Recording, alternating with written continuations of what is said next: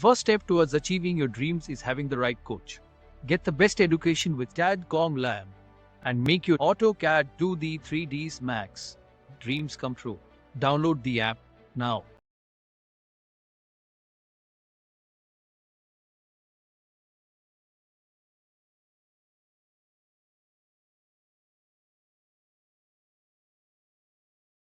फिर होस्पोस हो जाती है, समझ में नहीं आता। इसीलिए आर्किटेक्चर पार्ट में इसीलिए कॉल आउट्स को यूज़ करा गया है, डिटेल कॉल आउट को यूज़ करा जाता है ताकि आप उनको मार्क करके अलग सेपरेटली शो करा सकें सिस्टमेटिक वे में।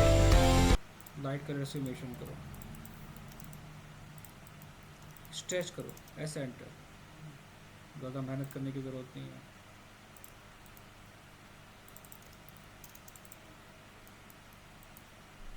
Bed side table standard size पे लेके चलो।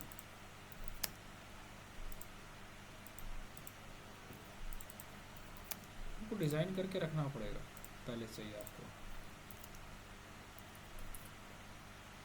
रेफरेंस के लिए आप ऑनलाइन कोई भी डिज़ाइन निकाल सकते हो। गुरु स्केल, इसको डिलीट करो। ये ग्रुप का बेनिफिट क्या होता है? ग्रुप को आप जब चाहो उसको एट ए टाइम तोड़ सकते हो, बार बार आपको ब्लॉक करने की ज़रूरत ही नहीं है।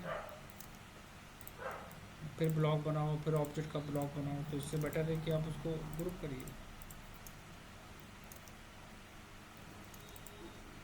और जब मुझे उसकी नीड लगेगी तो मैं उसको ब्रेक कर लूँगा।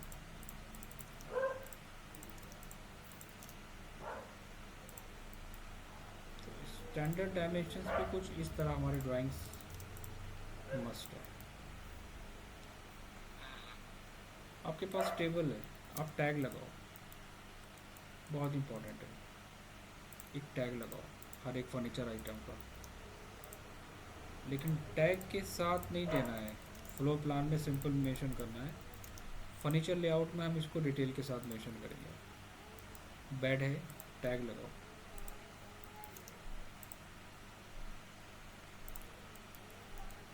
डेकोरेट करो चीज़ों को जितना कर सकते हो। ग्रेडियंट, फर्नीचर लेआउट बहुत अच्छा होना चाहिए। Pick point, this one. Colour coding same है सबकी, मैच करा लो, कुछ भी कर सकते हो अपने अकॉर्डिंग। हैचिंग करेंगे, ANSI 31 यूज़ करेंगे, मैच करा लो। बहुत डेकोरेटिव ब्लॉक्स, लेकिन स्टैंडर्ड के बेसिस पे। इसमें कलर्स है, हम कलर फिल कर सकते हैं, कोई इशू नहीं है। क्योंकि ये ब्लॉक्स अगर हमने डायमेंशंस में नहीं दिए तो बेनिफिट नहीं हुआ।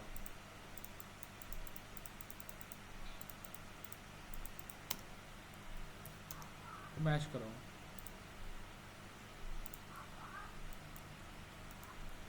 डेकोरेटिव मॉडल्स लगाओ। तो इतना डिफिकल्ट टास्क नहीं है इस पे काम करना। कंडीशंस ये है कि आपके पास सारी चीज़ें अवेलेबल होना चाहिए। सिटिंग के लिए चेयर दो, कोशिश करो चेयर का भी स्टैंडर्ड साइज लो।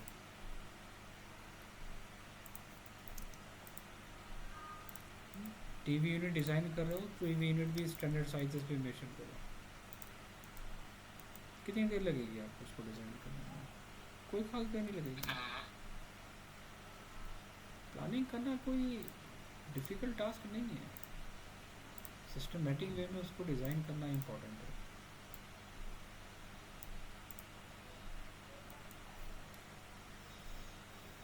फिर आप इन ब्लॉक को यूज़ करें। ब्लॉक्स का मतलब हो गया कि आपके पास डेकोरेटिव ब्लॉक्स होने चाहिए। नेक्स्ट है हमारा फर्नीचर लेआउट।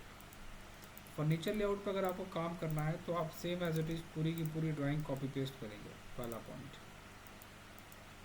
एक टैग लगाएंगे वहाँ पे, हाँ पूरा कॉपी कर लेंगे, वहाँ पर टैग आ जाएगा फर्नीचर लेआउट।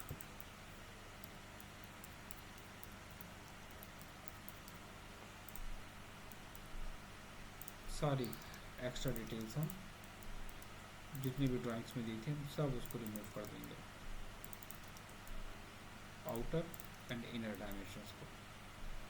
डायमेंशन सेलेक्ट करो, राइट क्लिक करो, सेलेक्ट सिमिलर, और अगर बाकी भी सिलेक्ट हो जाती हैं तो शिफ्ट के साथ डीसेलेक्ट करके डिलीट कर दो। सेम प्रोसेस डिलीट कैसे किया आपने? शिफ्ट के सिलेक्ट तो साथ, पता चला, डिलीट कैसे किया? शिफ्ट को प्रेस करके ड्रैग, शिफ्ट को प्रेस करने के बाद ड्रैग।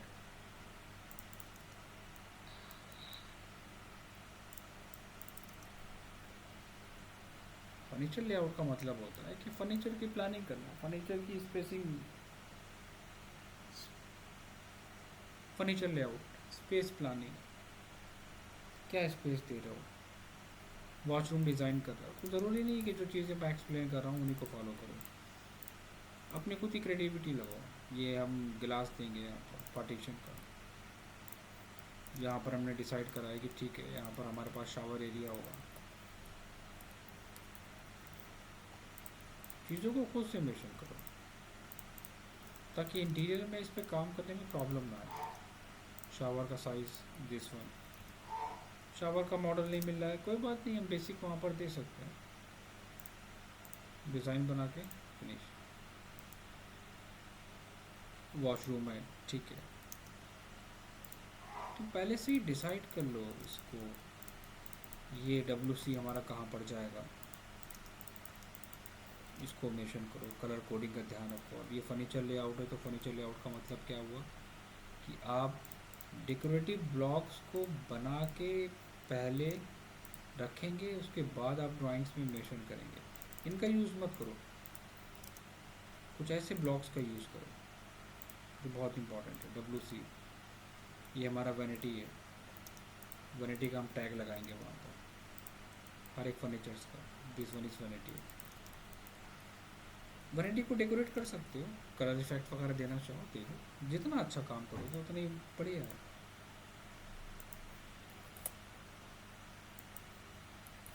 अच्छा, ये जो वैनिटी फिर WC और लाइक किचन्स के अंदर ये कैबिनेट सिंक हो गया, तो उसका आप लेयर कौन, तो उसके लिए आप लेयर कौन सा रखते? जो बाथरूम के हैं वो आप बाथरूम फिक्चर्स के नाम से वहाँ पर मेंशन करेंगे, किचन के होंगे तो आप किचन फिक्चर्स के नाम से डाल देंगे लेयर अलग से।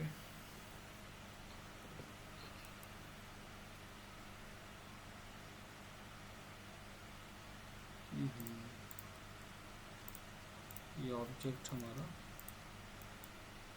यहाँ पर आएगा, selected move,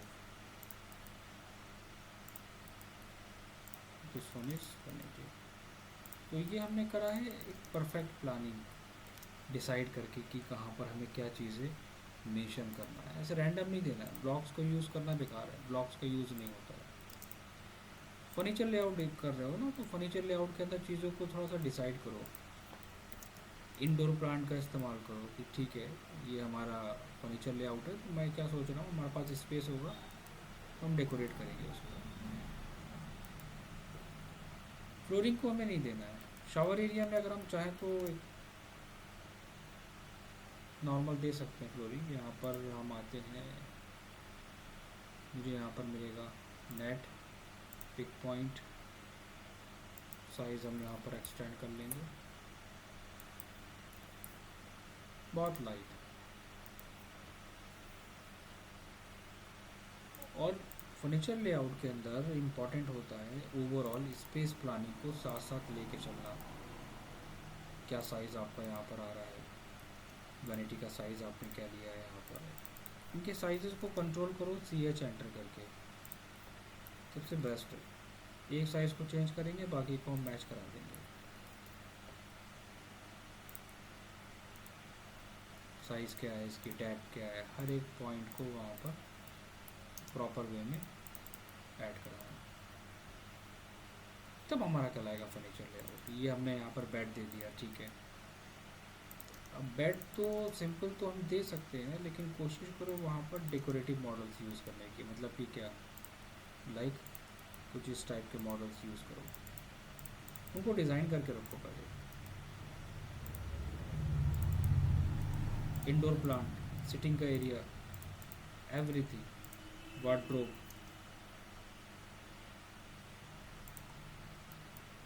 time taking part है ये, बहुत इंपॉर्टेंट है ये, रखना चाहिए। फर्नीचर लेआउट का अगर हम काम कर रहे हैं तो आपको देखना पड़ेगा कि हमारे पास स्पेस कितना बच रहा है। ये नहीं है कि कहीं भी कुछ भी साइज़ दे दें हम रैंडम और छोड़ दें वहाँ पर, नहीं, स्पेस को हम बाद में यूटिलाइज कर सकते हैं, नहीं कर सकते हैं, ये भी हमारे लिए बहुत इंपॉर्टेंट पार्ट है। कितना कितना स्पेस हम बच रहा है हमारे पास टोटल।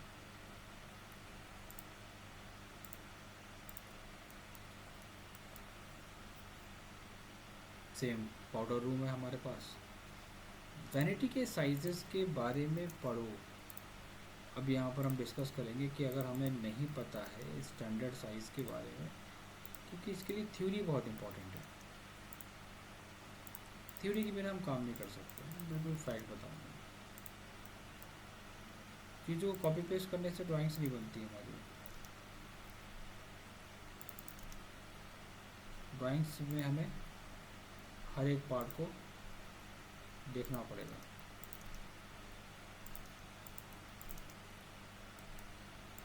साइज प्रॉब्लम कर रहा है टेक्स्ट का, स्मॉल कर लो।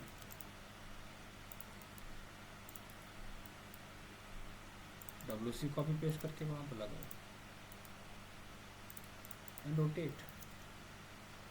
देखो कि कितना स्पेस वहाँ पर आ रहा है मेरे पास, क्या हम उस स्पेस को यूटिलाइज कर लेंगे इसलिए या नहीं कर पाएंगे। एक एक पॉइंट को देखना पड़ेगा वहाँ पर।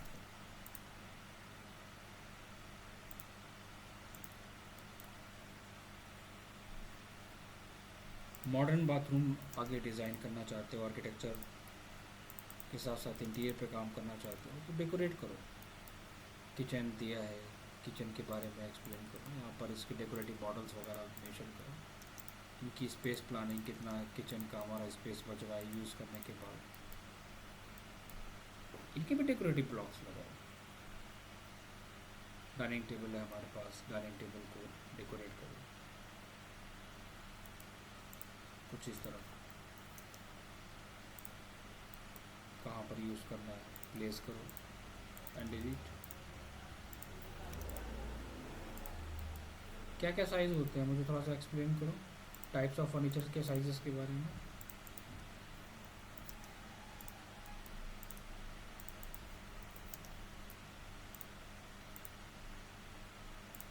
क्या क्या होते हैं साइज, रशीद बताओ। क्या बता रहा हूँ? टाइप्स ऑफ साइजेस के बारे में एक्सप्लेन करो, फर्नीचर के क्या क्या साइज़ होते हैं। फर्नीचर में साइज है लाइक बेड है तो किंग साइज होता है, क्वीन साइज होता है, साइड टेबल है तो वो 1.5 फुट के आसपास होता है। किंग साइज बेड का साइज़ क्या होता किचन है। हो गया किंग का 6 बाय 6.5। किंग का 6 बाई 6.5 कहाँ यूज़ करते हैं, मास्टर बेडरूम में, बेडरूम में कहाँ पर यूज़ करते हैं। नहीं मास्टर मास्टर और क्वीन साइज बेड हमारा कहाँ जाता है। साइज साइज तो कभी कहीं भी शायद यूज कर सकते हैं, एग्जैक्टली वो आइडिया नहीं है। टाइप्स ऑफ बेड कौन कौन से होते हैं। टाइप्स ऑफ बेड्स में किंग साइज हो गया, किंग साइज हो गया, क्वीन साइज हो गया, सिंगल बेड हो गया, चलो डबल बेड हो गया, और फिर बंकर बेड हो सकता है, चलो ठीक है बंक बेड भी मान लिया, और स्टोरेज के लिए फिर चाहिए तो फिर हाइड्रोलिक बेड तो हाइड्रोलिक बेड तो चलो एक टाइप्स ऑफ कैटेगरीज हो गई कि वो आपने स्टोरेज के पर्पज से यूज़ कर लिया उसको। 4 टाइप तो मुझे भी है। ठीक है, टीवी यूनिट आपने मेंशन करी है, टीवी यूनिट के टाइप्स क्या क्या होते हैं मुझे थोड़ा सा आइडिया दो। यूनिट्स के टाइप्स बिल्कुल।